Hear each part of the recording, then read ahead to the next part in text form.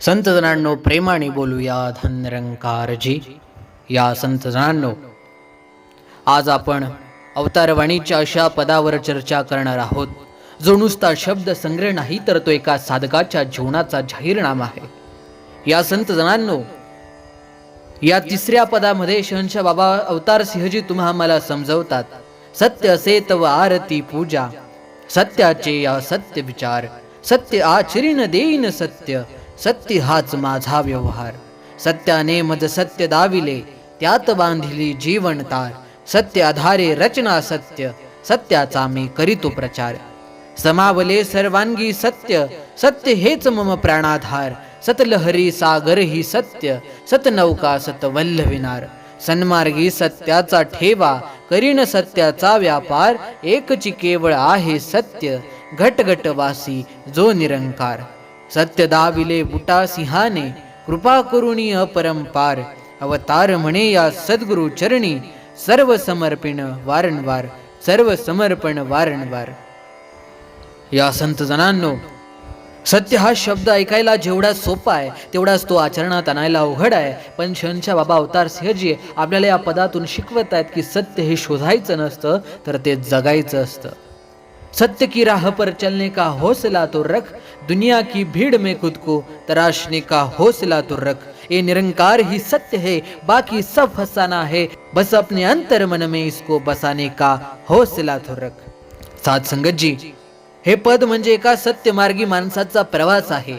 या पदात बाबाजी केवळ देवाची स्तुती करत नाहीत, तर एक भक्त आपल्या जीवनाचा प्रत्येक क्षण सत्यमय कसा करतो याचं दर्शन घडवतात.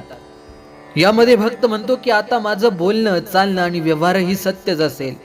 जसं समुद्रात नौका चालवण्यासाठी वल्ली लागतात, तशी या संसाराच्या सागरात तरुण जाण्यासाठी सत्य हीच माझी नाव आहे.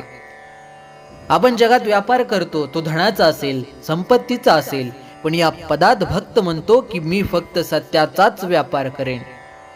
आणि शेवटी हे सर्व सत्य मला कोणी दिलं, तर माझ्या सद्गुरूंनी दिलं.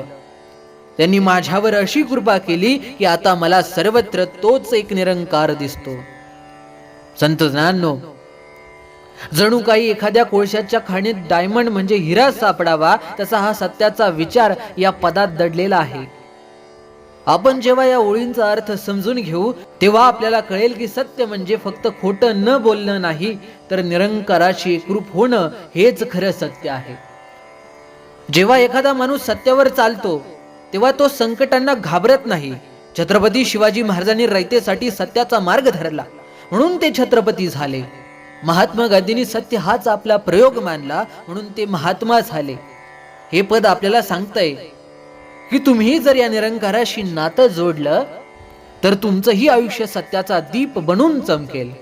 संत जनांनो, या तिसऱ्या चरणाच्या पहिल्या पदामध्ये शहंशाह बाबा अवतार सिंहजी तुम्हाला समजवतात, सत्य असे तव आरती पूजा, सत्याचे या सत्य विचार, सत्य आचरीन देईन सत्य, सत्य हाच माझा व्यवहार.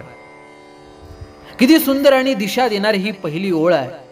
आपण आता सत्य नावाच्या या नवीन पदाच्या प्रवासाला सुरुवात करत आहोत.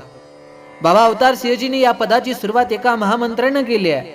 सामान्यतः आपण मंदिरात जातो, ताट घेऊन आरती करतो, पूजा करतो, पण बाबाजी इथे भक्तीची व्याख्याच बदलून टाकत आहेत. ते म्हणतात, सत्य असे तव आरती पूजा, सत्याचे या सत्य विचार. संत जनांनो, आपण देवाकडे जातो आणि ताटात फुले, अक्षता आणि निरंजन घेऊन त्याची आरती करतो. हे सगळे तर आपण बाहेरच्या ईश्वराला प्रसन्न करण्यासाठी करतो. पण बाबाजी म्हणतात की हे प्रभू, तुझी खरी आरती ही नाही, तुझ्यासाठी सत्य हेच माझं निरंजन आहे. हा सत्य विचार करणं हीच माझी पूजा आहे. बघा किती खोल अर्थ आहे. आपण ताटात जे निरंजन लावतो त्याचा उजेड किती, तर ते फक्त काही इंच परिसर उजळून टाकतं. पण सत्याचा विचार म्हणजे असा प्रकाश आहे जो संपूर्ण आयुष्यातला अज्ञानाचा अंधार दूर करतो. जो माणूस सत्याचा विचार करतो त्याला मंदिरातल्या मूर्तीसमोर आरती करण्याची गरज उरत नाही, कारण तो जिथे जिथे जातो तिथे सत्य सोबत असल्याने तो नेहमी प्रकाशमान असतो. आता पुढे बाबाजी सांगतात की सत्य आचरीन देईन सत्य, सत्य हाच माझा व्यवहार. किती मोठी गोष्ट सांगितली आहे बाबाजींनी. सत्य आचरीन म्हणजे सत्याला फक्त पोथीत किंवा विचारात ठेवायचं नाही, तर ते माझ्या रोजच्या वागण्या बोलण्यात उतरवायचंय. आजकाल जग कसं झालंय, लोक म्हणतात व्यवहार वेगळा आणि देवपूजा वेगळी. लोक मंदिरात जाऊन शांत बसतात, हात जोडतात आणि बाहेर आल्यावर पुन्हा त्याच लवाडीनं खोटेपणानं व्यवहार करतात. पण शहंशाह बाबा अवतार सिंहजी महाराज आपल्याला समजवतात, देव हा व्यवहाराच्या बाहेर नाही. जर तुमचा व्यवहार खोटा असेल, जर तुमच्या बोलण्यात पारदर्शकता नसेल, तर तुमची किती मोठी पूजा केली तरी ती या निरंकाराला पोहोचत नाही. सत्य हाच माझा व्यवहार म्हणजे जेव्हा मी कुणाशी बोलतो तेव्हा तिथे खोटेपणा नसावा. जेव्हा मी कोणाशी देवाणघेवाण करतो तिथे माणुसकीचा अंश असावा. या सत्याच्या मार्गावर चालणं म्हणजे साधी गोष्ट नाही. आपल्याला राजा हरिश्चंद्राची गोष्ट माहीतच आहे.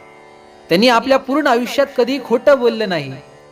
अनेक संकट आली, मुलं गेली, राज्य गेलं, स्वतःला विकून घ्यावं लागलं, पण सत्य सोडलं नाही. का? कारण त्यांना कळालं होतं सत्य हेच देव आहे. हरिश्चंद्रानं जेव्हा सत्याचा व्यवहार केला तेव्हाच त्याला साक्षात परमेश्वराची प्राप्ती झाली. महात्मा गांधींबद्दल आपण नेहमी ऐकतो सत्य के प्रयोग.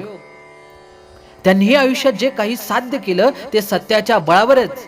त्यांना कुणी विचारलं होतं, गांधीजी तुमची ताकद काय? तेव्हा ते हसून म्हणाले होते, माझं सत्य हेच माझं शस्त्र आहे. संतरांनो, संतांनी हेच सांगितलं आहे. संत कबीरदास म्हणतात, साच बराबर तप नहीं, झूठ बराबर पाप, जाके हृदय साच है ताके हृदय आप. म्हणजे सत्यासारखं कोणतंही तप नाही आणि खोट्यासारखं कोणतंही मोठं पाप नाही. ज्याच्या हृदयात सत्य आहे तिथे साक्षात तो निरंकार वास करतो. म्हणूनच आपण जे काम करतो, मग तो नोकरी असो, शेती असो किंवा व्यापार, जर आपण त्यात प्रामाणिकपणे सत्याच्या मार्गाने काम केलं तर तीच आपली खरी आरती आहे. जेव्हा आपण दुकानात बसतो आणि ग्राहकाला योग्य भाव देतो तेव्हा तीच आपली पूजा आहे. जेव्हा आपण घर चालवताना खोटं बोलत नाही तेव्हा तीच आपली उपासना आहे. बाबा अवतार सिंहजी इथं आपल्याला सत्याचा व्यापार करायला सांगत आहेत. जगाच्या बाजारात आपण खूप काही विकतो, पण या सत्संगात आपण सत्याचा व्यापार शिकतोय. जसा हिऱ्याचा व्यापारी हिऱ्याची पारख करतो, तसा निरंकारी भक्त स्वतःच्या मनातल्या खोटेपणाला पारखून ते बाहेर काढतो आणि सत्याला धारण करतो. संतजनांनो, किती सुंदर सुरुवात झाली आहे. सत्याचा विचार हीच आरती आणि सत्याचं आचरण हाच आपला व्यवहार. जेव्हा माणूस खोटं बोलतो तेव्हा त्याला ते खोटं लपवण्यासाठी 10 खोटं बोलावे लागतात. तो कधी शांत झोपू शकत नाही. पण जो सत्याच्या वाटेवर चालतो त्याला कोणाची भीती नसते, कारण त्याच्या पाठीशी हा सत्य स्वरूप निरंकार उभा असतो. पुढच्या ओळीमध्ये शहंशाह बाबा अवतार सिंहजी तुम्हाला समजवतात, सत्याने मज सत्य दाविले, त्यात बांधिली जीवन तार, सत्याधारे रचना सत्य, सत्याचा मी करीतो प्रचार. संतजनांनो, सत्याच्या या प्रवासात आपण आज खूप महत्वाच्या टप्प्यावर पोहोचलोय. मगाशी आपण पाहिलं की सत्याचा व्यवहार कसा करायचा. आता बाबा अवतार सिंहजी पुढील 2 ओळींमध्ये आपल्याला हे सांगत आहेत की ज्या दिवशी माणसाला सत्याची ओळख होते त्या दिवशी त्याचं आयुष्य कसं बदलतं. सत्याने मज सत्य दाविले, त्यात बांधिली जीवन तार, सत्य आधारे रचना सत्य, सत्याचा मी करीतो प्रचार. या ओळी वाचताना असं वाटतं की जणू काही एखाद्या अंधाऱ्या खोलीत अचानक दिवा लागावा आणि सगळं दृश्य स्पष्ट दिसावं. सत्याने मज दाविले सत्य, त्यात बांधिली जीवन तार. मला सत्याची ओळख सत्यानेच करून दिली, ही एक खूप मोठी फिलॉसॉफी आहे. एखाद्याला दिवा कसा दाखवायचा? दिवा दाखवायला पुन्हा दिवाच लागतो. तसंच ज्याला हे खोटं जग, ही माया, हे खोटं नातं कळलंय, त्याला हे सत्य निरंकार समजून देण्यासाठी स्वतः ईश्वराच्या कृपेने सद्गुरूंचा आधार घ्यावा लागतो. सत्याने मज सत्य दाविले म्हणजे मी स्वतःच्या डोळ्यांनी बघू शकत नव्हतो. डोळ्यांच्या आडी अहंकाराची आणि अज्ञानाची जी काळी पट्टी बांधली होती ती सत्यानेच म्हणजे सद्गुरूंनी सोडवली. जेव्हा ज्ञान मिळालं तेव्हा मला उमजलं की मी जोपर्यंत या सत्याशी जोडलेला नव्हतो तोपर्यंत मी जिवंत असूनही मेल्यासारखा होतो. त्यात बांधली जीवन तार. संतरांनो, जीवन तार म्हणजे आपल्या आयुष्याची दोरी. एका बाहुल्याच्या खेळात जसं बाहुलीला नाचवणारा धागा सूत्रधाराच्या हातात असतो, तसं बाबाजी म्हणतात, आता मी माझ्या आयुष्याची ही दोरी पूर्णपणे त्या सत्याच्या म्हणजे त्या निरंकाराच्या हातात देऊन टाकली आहे. समजा एक पतंग आहे. पतंगाला वाटतं मी किती उंच उडतोय, मी हवेच्या लाटेवर स्वार झालोय, पण त्या पतंगाची जीवन तार ज्याच्या हातात आहे तो जर इकडे तिकडे हल्ला तर पतंग जमिनीवर येईल. तसंच आपण या संसारात कितीही उड्या मारल्या, कितीही मोठे झालो, पण आपली जीवन तार जर त्या निरंकाराच्या हातात असेल तरच आपण खऱ्या अर्थानं उडतोय असं समजावं. ज्या दिवशी ही तार तुटते त्या दिवशी माणूस आयुष्यात खाली पडतो. संत तुकाराम महाराज सुद्धा हेच सांगतात, तुझ्या सत्तेविणे न चले हे पाऊल. हे देवा, तुझ्या इच्छेशिवाय, तुझ्या सत्तेच्या आधाराशिवाय हे पाऊल पुढे पडणेही अशक्य आहे. सत्य आधारे रचना सत्य, सत्याचा मी करीतो प्रचार. अवतार सिंहजी पुढच्या ओळीत सृष्टीचं रहस्य उलगडतात. सत्य आधारे रचना म्हणजे हे जे अफाट जग आपण पाहतोय हे कशावर उभं आहे? हे काही खोट्या पायावर उभं नाहीये. हे संपूर्ण ब्रह्मांड त्या सत्य निरंकाराच्या तत्वावर उभं आहे. सायन्स ज्याला नियम म्हणतं, लॉ ऑफ नेचर म्हणतं, तेच हे सत्य आहे. सूर्याचं ठराविक वेळी उगवणं, ऋतूचं बदलणं, समुद्र भरती ओहोटीवर चालणं, या सगळ्याच्या मागे एक सत्य शक्ती काम करते. जरी शक्ती एका क्षणासाठी थांबले तर सगळी रचना कोसळून पडेल. बाबाजी म्हणतात, सत्याचा मी करीतो प्रचार. आता प्रश्न पडतो, प्रचार म्हणजे काय? प्रचार म्हणजे फक्त स्टेजवर उभं राहून भाषण देणं का? अजिबात नाही. साधसंगत जी संतांच्या मते प्रचार म्हणजे आचरणातून दिलेला संदेश. स्वामी विवेकानंद जेव्हा अमेरिकेत गेले तेव्हा त्यांनी फक्त भाषणांचा प्रचार केला नाही, तर त्यांनी आपल्या साधेपणातून आणि निर्भयतेतून भारताचा आणि सत्याचा प्रचार केला. जो माणूस शांत राहूनही लोकांना आकर्षित करतो, जो माणूस सत्याने वागून लोकांसाठी आदर्श बनतो, तो खरा प्रचारक आहे. छत्रपती शिवाजी महाराजांनी स्वराज्याचा प्रचार केला, पण तो फक्त शब्दांनी नाही, तर त्यांनी रयतेच्या कल्याणाच्या आधाराने केला. त्यांनी आपल्या वागण्यातून दाखवून दिलं की न्याय आणि सत्य काय असतं. जो राजा आपल्या प्रजेला न्यायाच्या रस्त्यावर नेतो तोच खरा प्रभूचा प्रचारक असतो. संत जनांनो, आपण जेव्हा कोणाशी बोलतो तेव्हा आपण सत्याचा प्रचार करतोय की खोट्याचा? आपण जर प्रामाणिकपणे कुणाचंही मन न दुखवता आणि न घाबरता बोललो तर तो सत्याचा प्रचार आहे. एका गावात एक साधू राहत होते. ते कधी काहीच बोलत नसत, फक्त एका वृक्षाखाली शांत बसून असत. लोक त्यांच्याकडे येत, त्यांच्या शांततेकडे बघत आणि आपोआप शांत होऊन जात. कुणीतरी विचारलं की महाराज, तुम्ही प्रवचन का देत नाही? साधू हसले आणि म्हणाले, मी माझ्या शांततेतून, माझ्या जगण्यातून देवाची भाषा बोलतोय. जर माणसाला शांतता कळाली तर त्याला सत्य कळालेच. बाबाजी आपल्याला हेच सांगत आहेत की सत्याचा प्रचार म्हणजे सत्याचं जगणं. जो माणूस सत्याच्या आधारावर आपली रचना करतो तो माणूस आपोआपच ईश्वराचा प्रचारक बनतो. संतांनो, या ओळींचा अर्थ इतकाच आहे की माझ्या आयुष्याची तार जर त्या परम सत्याला बांधलेली असेल तर मला भविष्याची भीती नाही. हे जग त्या सत्याच्या आधारावरच उभं आहे. म्हणूनच मी खोट्याच्या मागे न धावता त्या सत्याचा प्रचार करेन. पुढच्या ओळींमध्ये बाबाजी समजावतात, समावले सर्वांगी सत्य, सत्य हेच मम प्राणाधार, सतलहरी सागर ही सत्य, सतनौका सतवल्लविनार. संतांनो, समावले सर्वांगी सत्य, सत्य हेच मम प्राणाधार. आता हे सत्य माझ्या डोक्यात किंवा विचारात राहिलं नाहीये, तर ते माझ्या सर्वांगी म्हणजे रोमरोमात, प्रत्येक पेशीत सामावलेलं आहे. संतांनो, सुरुवातीला माणूस देवाची भक्ती फक्त बुद्धीने करतो. तो म्हणतो देव आहे, मला तो मान्य आहे. पण जेव्हा सद्गुरूंची कृपा होते आणि माणूस खऱ्या अर्थानं सत्याच्या मार्गावर चालायला लागतो तेव्हा हे ज्ञान त्याच्या रक्तात मिसळतं.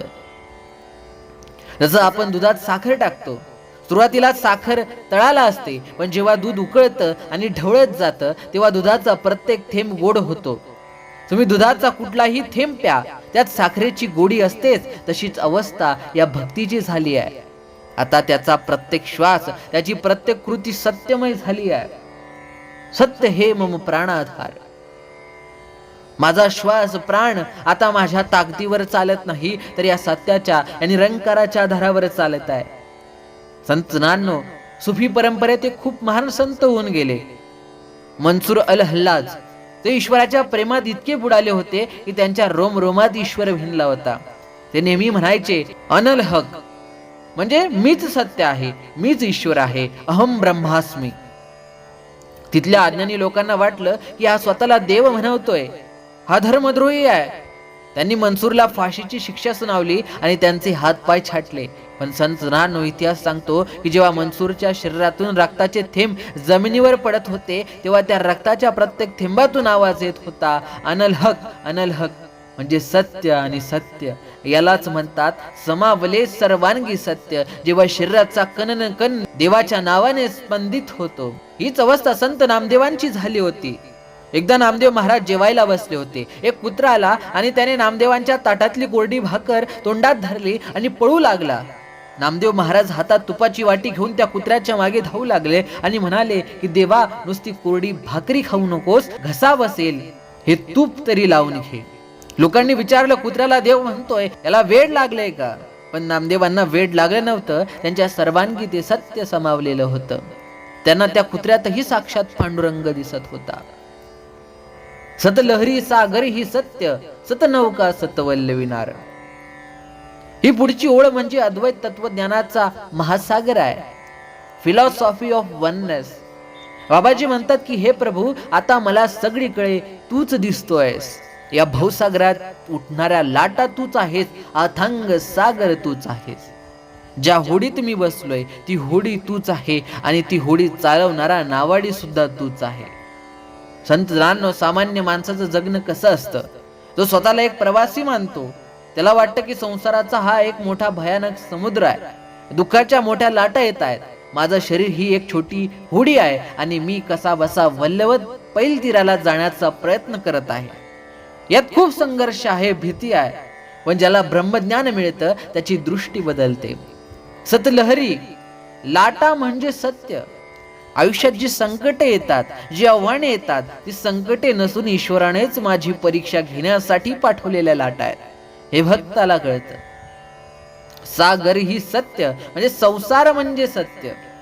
हा जो जगण्याचा पसारा आहे तो खोटा नाही, तो या सर्व ईश्वराचा खेळ आहे. सतनौका, शरीर म्हणजे सत्य. हे जे शरीर आपल्याला मिळालंय ते पाप नाही, तर ती ईश्वराने दिलेली एक पवित्र होडी आहे.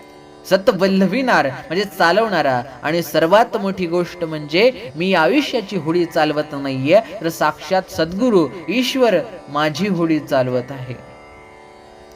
जसं एका सोनाराच्या दुकानात तुम्ही गेलात, तिथे बांगड्या आहेत, अंगठी आहे, हार आहे आणि मंगळसूत्र आहे. सर्वांचे आकार वेगवेगळे आहेत, नावे वेगवेगळे आहेत, उपयोग वेगळे आहेत. पण सोनाराच्या दृष्टीने विचारलं तर तो म्हणेल हे सर्व काही फक्त आणि फक्त सोनं आहे. तसंच या जगात आपण वेगळे, आपली संकटे वेगळी, आपले मदत करणारे वेगळे असं आपल्याला वाटतं. पण बाबाजी म्हणतात की सर्व सत्य निरंकार या एकाच सोन्यापासून बनलेलं आहे. एकदा स्वामी विवेकानंदांचे गुरु श्री रामकृष्ण परमहंस काली मातेच्या मंदिरात पूजेसाठी बसले होते. अचानक त्यांची समाधी लागली आणि त्यांचे डोळे उघडले.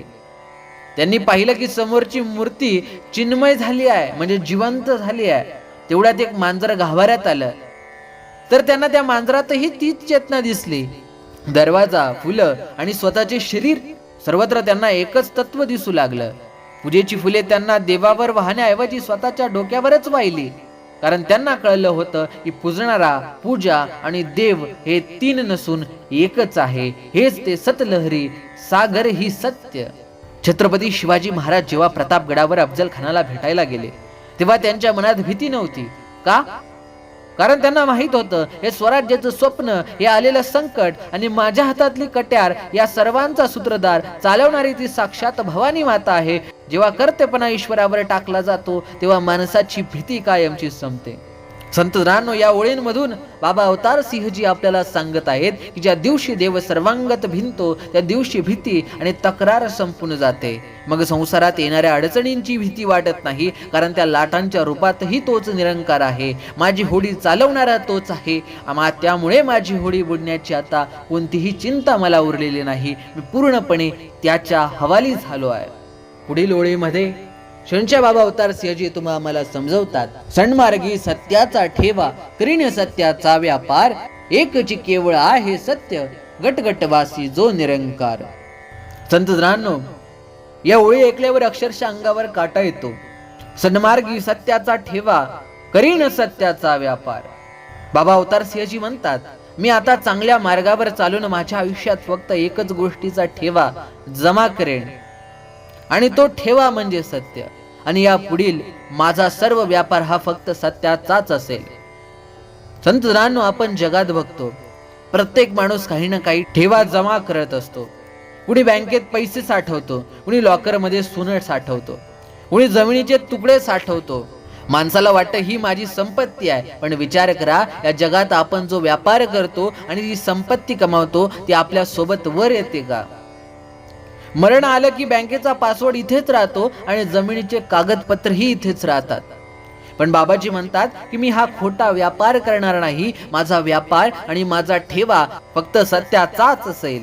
कारण हे सत्य असं धन आहे जे कोणीच चोरू शकत नाही, ज्याला आग जाळू शकत नाही आणि ज्याला पाणी बुडू शकत नाही. देहूच्या तुकोबरायांनी नेमकी हीच अवस्था अतिशय सुंदर शब्दात मांडली आहे. आम्हा घरी धन शब्दांचीच रत्ने, शब्दांचीच शस्त्रे यत्न करू.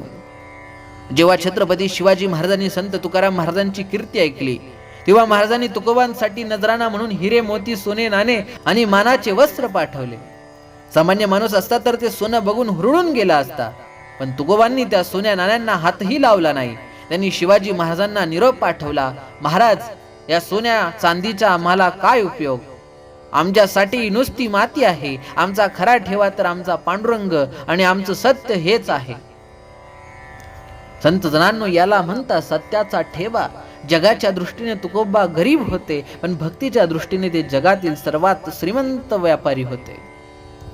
महाभारत आठवा. कुरुक्षेत्रावर युद्ध सुरू होण्याआधी दुर्योधन आणि अर्जुन दोघेही श्रीकृष्णाकडे मदत मागायला गेले. दुर्योधनाने श्रीकृष्णाची नारायणी सेना मागितली, जो एक भौतिक ठेवा होता. पण अर्जुनानं काय मागितलं?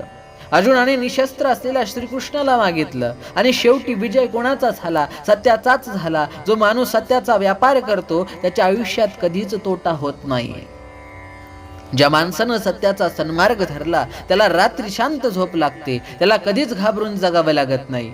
खोटं बोलणाऱ्या माणसाला सारखं लक्ष ठेवावं लागतं की आपण कुणाशी कोणतं खोटं बोललो होतो. पण ज्याचा व्यापारच सत्याचा आहे त्याची वही खाती एकदम स्वच्छ असतात. एकची केवळ आहे सत्य, घट घट वासी जो निरंकार. आता या पुढच्या ओळीत तर बाबाजींनी वेदांताचा पूर्ण अर्कच काढून ठेवलाय. ते म्हणतात, या जगात जर काही सत्य असेल तर ते एकच आहे, आणि तो म्हणजे प्रत्येक घटामध्ये वास करणारा हा निरंकार. संतांनो, सत्याची व्याख्या काय? जे काल होतं, जे आज आहे आणि जे उद्याही राहील त्याला सत्य म्हणतात. आपण स्वतःकडे बघूया. तुमचं बालपण सत्य होतं का? जर ते सत्य असतं तर ते आजही असायला हवं होतं. पण बालपण गेलं आणि तारुण्य आलं. तारुण्य सत्य आहे का? तेही जाईल आणि म्हातारपण येईल. म्हणजे आपलं शरीर सतत बदलत आहे, ते विनाशी आहे, म्हणून ते पूर्ण सत्य नाहीये. मग या जगात सत्य काय? आद्य शंकराचार्यांनी या विश्वाचं सर्वात मोठं रहस्य एकाच वाक्यात सांगितलं होतं, ब्रह्म सत्यम जगत मिथ्या. फक्त तो परमात्मा सत्य आहे आणि हे बदलणारे जग मिथ्या आहे, म्हणजे नाशवंत आहे. आणि हा परमात्मा कुठे राहतो? बाबाजी म्हणतात की घट घट वासी. घट म्हणजे मडके किंवा भांडे, आणि इथे मडके म्हणजे आपलं शरीर. हा देव फक्त कैलासावर किंवा वैकुंठात बसला नाही, तर तो जगातल्या प्रत्येक प्राण्याच्या हृदयारूपी मडक्यात भरलेला आहे. समजा एका मोठ्या मोकळ्या मैदानात मातीची 100 मडकी ठेवली आहेत. त्या मडक्यांच्या आतही हवा आहे आणि मडक्यांच्या बाहेरही अथांग हवा आहे. मडक्याला वाटतं की माझ्या आतली हवा फक्त माझी आहे आणि बाहेरच्या हवेपेक्षा वेगळी आहे. पण जेव्हा ते मडकं फुटतं तेव्हा काय होतं?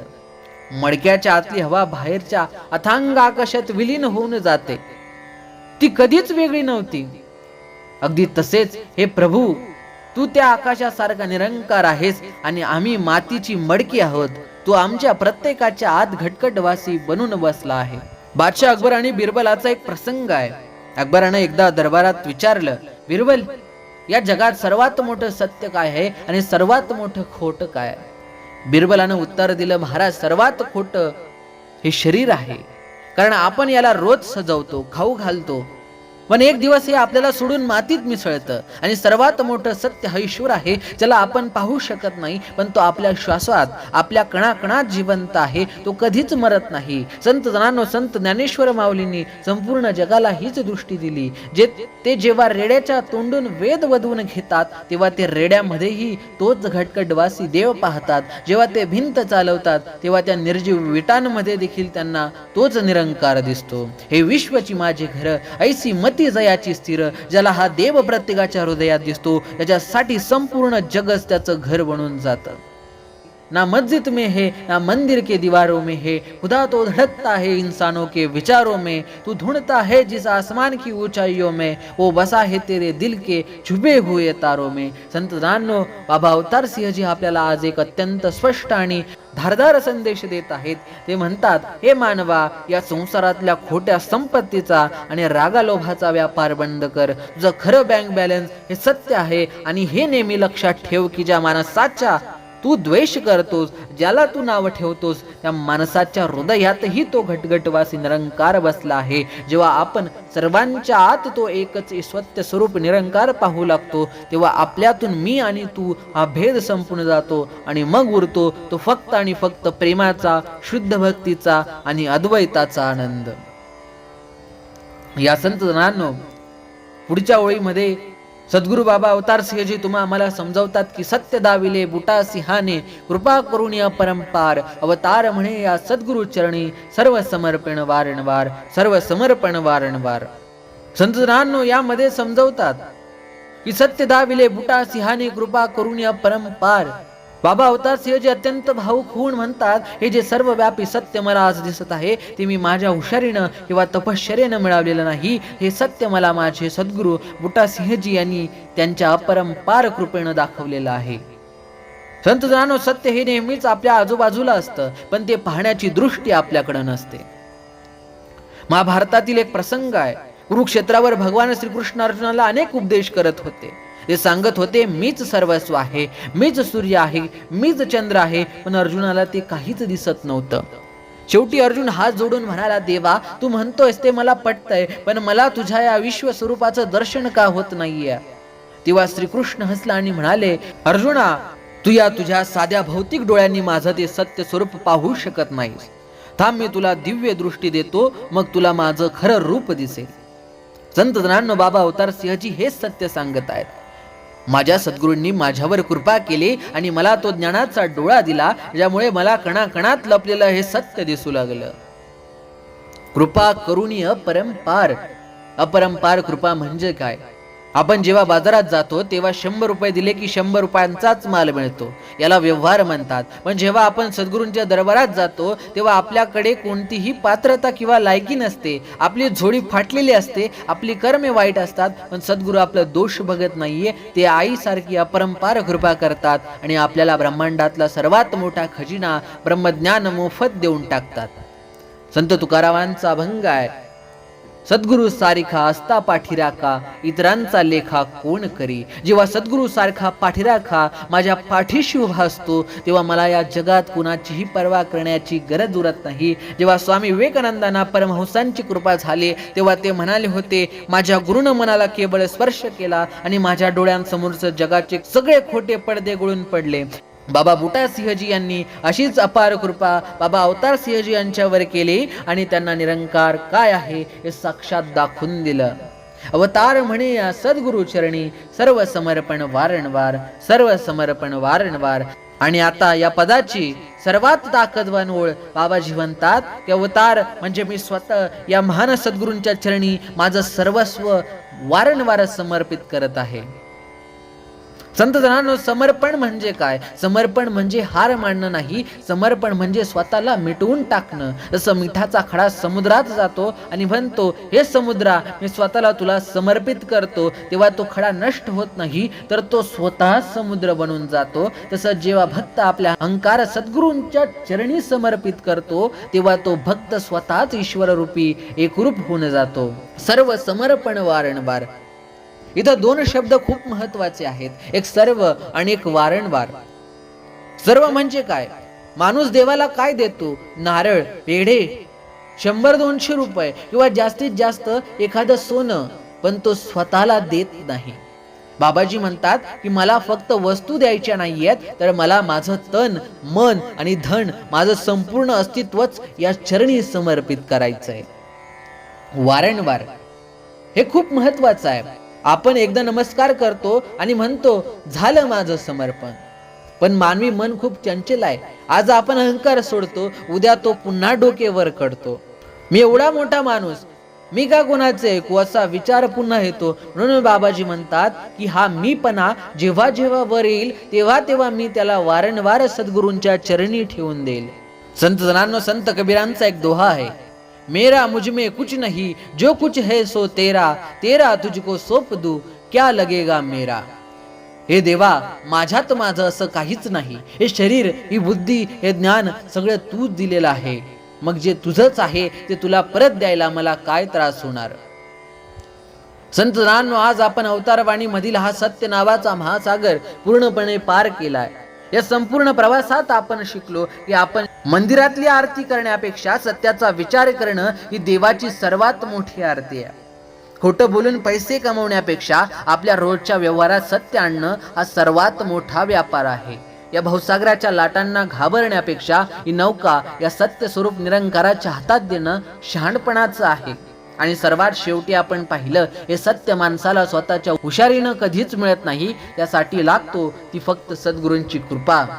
ज्या माणसाच्या आयुष्यात सद्गुरू येतो आणि जो माणूस आपला सर्व अहंकार त्या सद्गुरूंच्या चरणी वारंवार समर्पित करतो, त्याचं जीवन हिऱ्यासारखं चमकू लागतं. तो माणूस जिवंतपणे मुक्त होतो आणि साक्षात चालता बोलता परमेश्वर बनतो. संत नानो, बाबा अवतार सिंहजी यांनी दिलेला हा सत्याचा ठेवा आपण सर्वांनी आपल्या हृदयात घट्ट जपून ठेवायचा आहे. हे केवळ शब्द नाही, तर हा जगण्याचा एक सुंदर आणि निर्भय मार्ग आहे. ही सत्याची दृष्टी आणि हा सद्गुरूंचा आशीर्वाद आपल्या सर्वांवर असाच कायम राहू, हीच या घटघटवासी निरंकाराच्या आणि सद्गुरूंच्या चरणी नम्र प्रार्थना.